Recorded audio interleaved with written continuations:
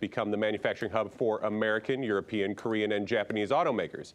The country produces more vehicles than anywhere else in the world and is the largest market for sales.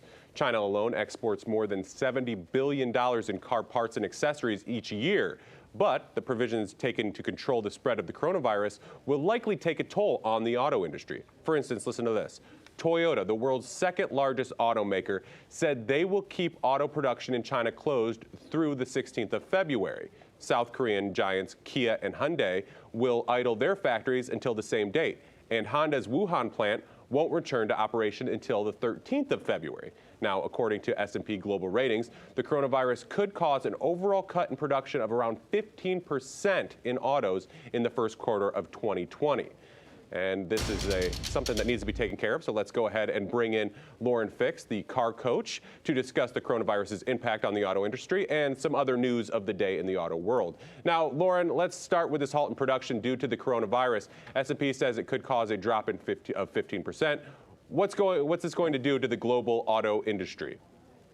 Oh, it's really going to hurt the global auto industry. You've got Hyundai and Kia. They don't have parts in order to build. So South Korea is begging the country of China to let them go back to work. But obviously, this is a health scare. And if you look, there's nobody working. So other companies being involved and impacted by this: General Motors, Fiat Chrysler, Renault, Nissan, Ford Motor Company. These are all companies that don't have product to finish building things that they have other components from other areas of the world. So this is going to impact the global automotive industry. They're talking about GDP being impacted by up to 5%. That's huge. And when you're looking at something that's one country can impact that much on others. Other companies such as Suzuki were going to go to China to get components, and they're sticking with India. And I think you're going to see a lot of other companies looking to other places to get parts.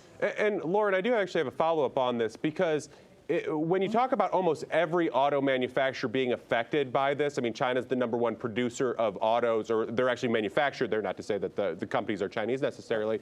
So is anybody going to come out a winner on this? Is there anybody who's in a position to actually move past this? Or is it basically the whole industry is kind of suffering and nobody gets a leg up?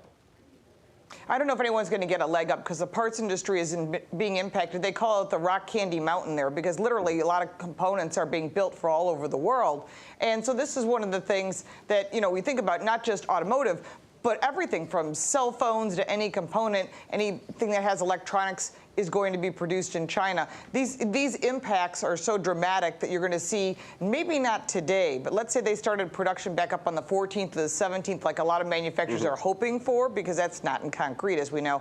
You're still going to see a pipeline problem, that it's going to take time for, once they get everything back up and running, to get these components. Typically, you're looking at a 3-month variance. So 3 months down the road, we may see a shortage of an impact that's quite dramatic, and a shortage of parts and components and cars being assembled. So the production element, and especially when it comes to parts, is a big deal here, as you mentioned. But as Brent was talking about, China is the world's largest auto market. Nissan has already witnessed a 12% fall in their China sales in January. What are we seeing as far as vehicle purchases in China? Have those kind of ground to a halt as well? They've definitely ground to a halt. Consumer confidence is way down. When you think about China being the #1 car market, if nobody's out, no one's working, it's definitely going to be a major impact on consumers and their confidence. Once they get back to work, they still have bills and things they have to pay. So this is going to take some time to catch back up. So I think the impact's going to be quite dramatic, because auto sales have been definitely down in China year over year. And Lauren, taking a step away from the whole coronavirus situation, Ford Motor Company on Friday actually announced President Joe Heinrichs is retiring after nearly 20 years with the company, and Jim Farley will take over as COO, which positions him to eventually take over for CEO Jim Hackett. Now, this news comes as Ford posted losses of $1.7 billion in the fourth quarter of 2019. What does all of these changes, or what do all of these changes, and what does the change in leadership mean for the future of Ford? Well, I want to clarify this, because no one's talking about this on any network. The reason Joe Heinrichs was basically asked to step down is they're blaming him for the debacle with the Ford Explorer and the Lincoln Aviator on the launch. There were some problems, but I can't believe it's his fault. And then there's other things going on with Mach-E sales not being what they claim they are. So Jim Farley, who is the head of that Mach-E program, will now be taking Joe Heinrich's position. He'll be working hand in hand with Hackett. Unfortunately, it looks like Hackett's contract is due in March, and so it's highly likely that he will step down, which would leave an opening for Jim Farley to be the next CEO. And I'm very concerned because Jim Heinrichs was an excellent car person, or Joe Heinrichs was an excellent car person. He loved cars, and you have to be truly passionate about cars. Although Jim Farley it's a different kind of passion. He wants to do all electric, autonomous cars, and although the market isn't buying that here, you have to look at your number one bread and butter, which is F-Series trucks, and you can't be making those looking like Mustangs and making them all electric because you will upset your base, and they'll go to other companies to buy cars. So I think we will see, but I'm very concerned about this change. Yeah, and speaking of going to electrics, we talked about this earlier this week, but UK Prime Minister Boris Johnson, he did announce that the government plans to ban the sale of gasoline and hybrid cars.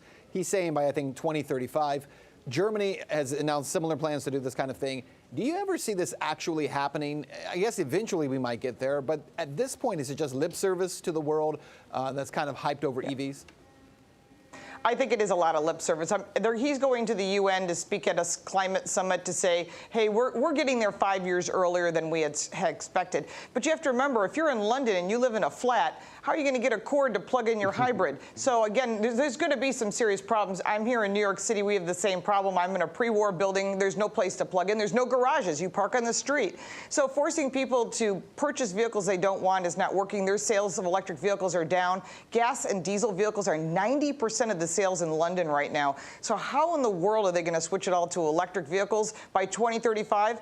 I don't see that. I think it might be just a lot of lip service. And anyone, even the people that are totally into electric vehicles have said, you know what? This is not going to happen. This is a future disaster. And there's just too much impact on the electric grid. Their grid can't support it, and neither can ours. And Lauren, are we seeing this push too? Because I mean, I think Tesla has made that push for EVs go further because when you look at Teslas, they're cool, they're technologically advanced. I mean, they look like the concept cars that some of the big autos are putting out now. But is that why we're seeing this push for EVs?